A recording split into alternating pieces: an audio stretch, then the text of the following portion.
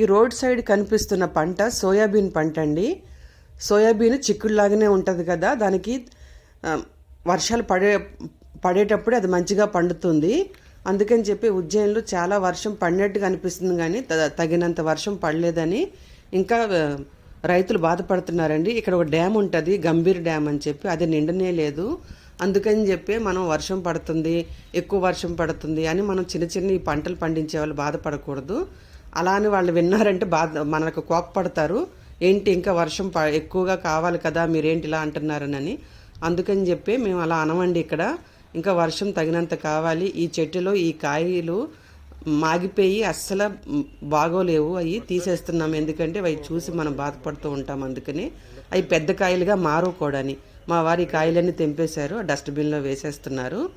వర్షం చాలా మంచి వర్షం పడలేదండి ఇంకని.